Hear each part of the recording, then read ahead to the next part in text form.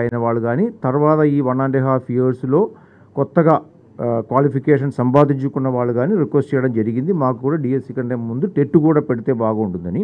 So ఆ ఒక రిక్వెస్ట్ని కూడా రాష్ట్ర ప్రభుత్వం అగ్రీ చేస్తూ ఈ డిఎస్సి కంటే ముందు మేము టెట్ కూడా చేయడం జరుగుతుంది. ఈ టెట్కి సంబంధించిన నోటిఫికేషన్ February 8 విడుదల చేయడం జరుగుతుంది.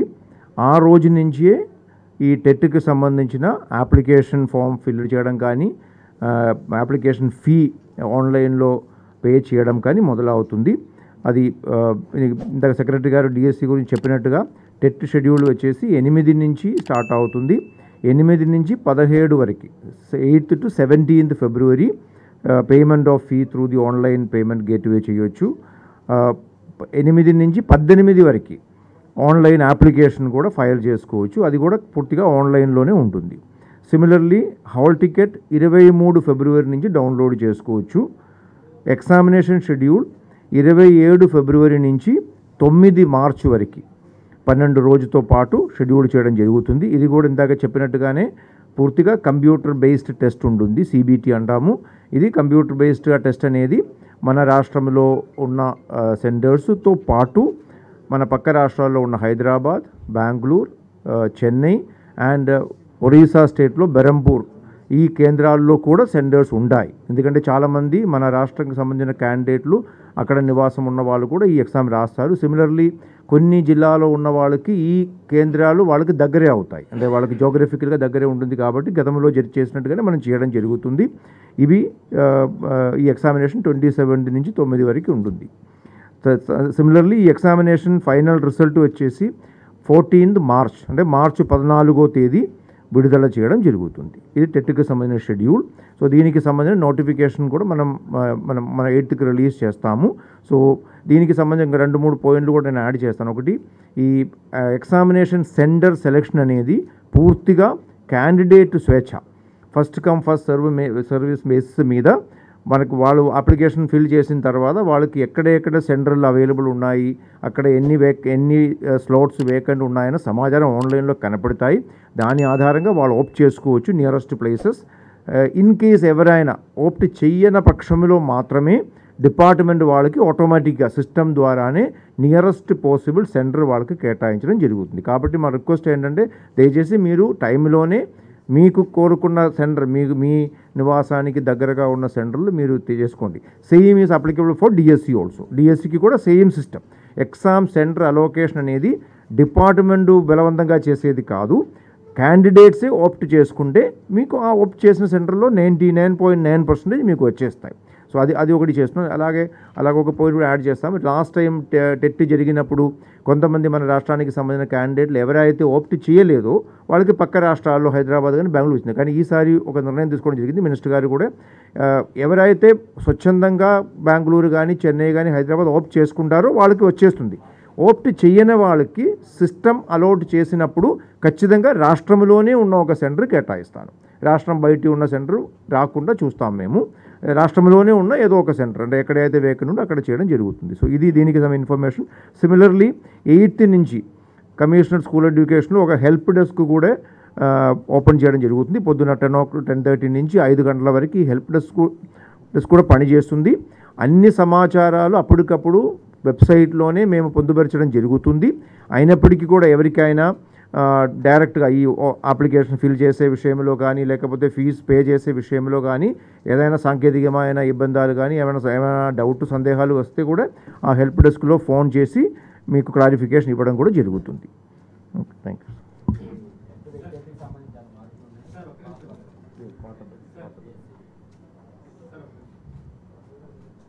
ఉద్యోగాల నియామకాలకు సంబంధించిన పరీక్షల్లో మన పార్లమెంట్లో బిల్ పాస్ చేసే ఏది మాల్ ప్రాక్టీస్ కానీ తర్వాత వాటి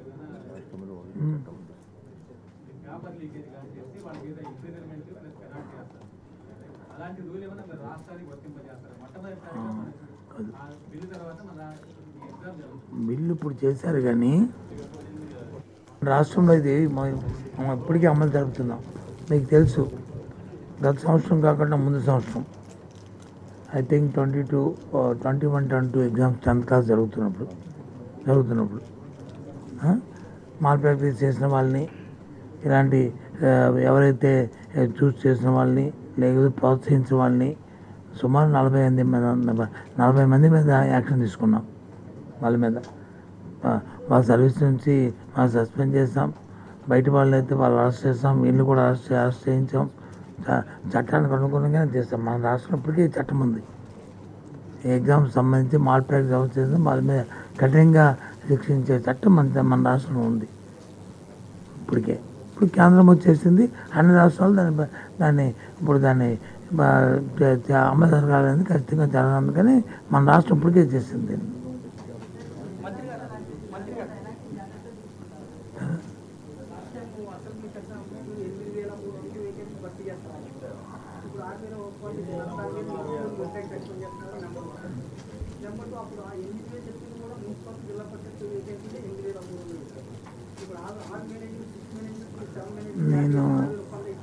నేను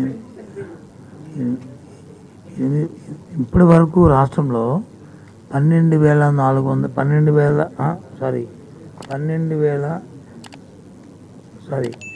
ఇప్పటివరకు రాష్ట్రంలో ఇది కదా ఈ ప్రభుత్వం వచ్చిన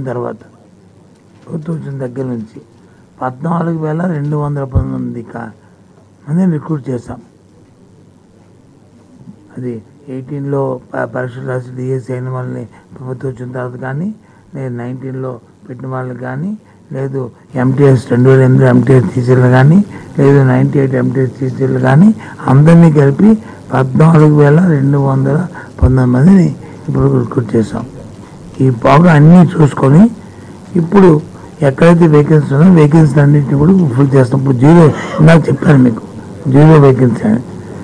రేపు దీన్ని అయిన తర్వాత ఇంకెక్కడ కూడా ఇక్కడ నుంచి ఎవరైతే ఇంకా రిటైర్మెంట్స్ వస్తుంటాయో వచ్చిన దాన్ని కూడా ప్రతి సంవత్సరం మనం క్యాల్కులేట్ చేసి ఇక ఫ్యూచర్లో వచ్చి ఎప్పటికప్పుడే ఏది కాయిదే దాన్ని రిక్రూట్ చేయాలనేది ప్రభుత్వ విధానంగా తీసుకుంటున్నాం. ఏదండి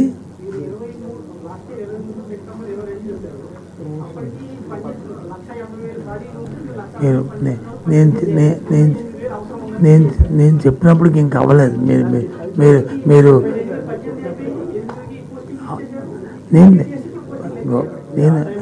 నేను 14,000 చెప్పాను. అప్పుడు చెప్పింది 12,000 చెప్పాను. మీరు రికార్డ్ చూసుకోండి. మీరు రికార్డ్ చూడకుండా చెప్తే నేను చెప్తాను. ఒక పని చేద్దాం. ఇప్పుడు మీరు నేను ఇక్కడ డిబేట్ కాదు. నేను చెప్పింది ప్రభుత్వం అధికారం ఆ రోజు చెప్పింది ఈ రోజు చెప్పింది నేను ఒకటే. మీరు ఎన్ని మాటలు చెప్పినా ఎన్ని చెప్పినా నేను చెప్పేది ఒకటే. ఆ రోజు చెప్పినా ఈ రోజు చెప్పినా. ఆ రోజు చెప్పింది వచ్చి అప్పటికి 12,000 ఏమని చెప్పాను. ఆ తర్వాత మళ్ళీ 2,000 వచ్చి దఫాలుగా మరి నియమించడం జరిగింది. ఇప్పుడు ఆ మొత్తం టోటల్ కలిసి 14,219 మందిని రిక్రూట్ చేశాము. ఇప్పుడు ఖాళీలు ఉన్నవి 6,000 కొన్ని ఉన్నాయి. ఈ 6,000 ఏవైతే ఉన్నాయో వాటన్నిటిని ఇప్పుడు రిక్రూట్ చేస్తున్నాము. వీళ్ళందరినీ కూడా ఏదైతే ఏప్రిల్ నెలలో 7వ తారీఖు కల్లా వీళ్ళకి రిజల్ట్ అనౌన్స్ చేస్తాము. క్లాసెస్ బిగిన్ అవుతున్న జూన్ నెల కల్లా వీళ్ళకి పోస్టింగ్ ఆర్డర్స్ ఇస్తాము.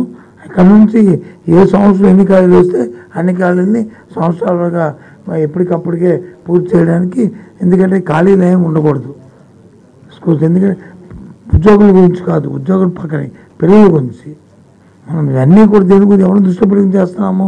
విద్యార్థులను దృష్టిలో పెట్టుకుని చేస్తున్నాం. విద్యార్థులతో వికాసాన్ని దృష్టిలో పెట్టుకుని చేస్తున్నాం. వాళ్ళకి ఖాళీ అనేది ఉండకూడదు కాబట్టి వాళ్ళు ఆ నేపథ్యంలోనే నేను ఫ్యూచర్లో చేస్తాం.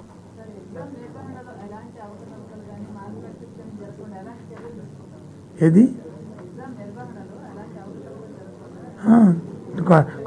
కట్టుదిట్టమైన నేను తీసుకుంటాము. దానికి పారామీటర్స్ ఉన్నాయి, పూర్వం ఎక్స్పీరియన్సెస్ ఉన్నాయి, అవన్నింటిని పెట్టుకుంటాం. ఇంకా పకడబందీగా చేస్తాం. ఎక్కడ కూడా జరగకుండా మీకు ఈ ప్రభుత్వం వచ్చిన తర్వాత ఎక్కడైనా ఇలాంటివి గత 3-4 సంవత్సరాలు ఎక్కడైనా మీకు ఎక్కడైనా ఐడెంటిఫై చెప్పండి. టెట్ చేసాము, టెట్ 10th క్లాస్ కానీ ఇంటర్మీడియట్ కానీ ఎక్కడైనా ఏ ఎగ్జామ్స్లోనైనా సరే ఇవి జరిగాయి, ప్రభుత్వం ఆలసత్వం వహించింది, చూసి చూడండి వదిలింది, లేకపోతే ఎంకరేజ్ చేసింది గత ప్రభుత్వాల్లాగా ఈ మాల్ ప్రాక్టీస్ అని ఎక్కడ ఉన్నాయో చెప్పండి.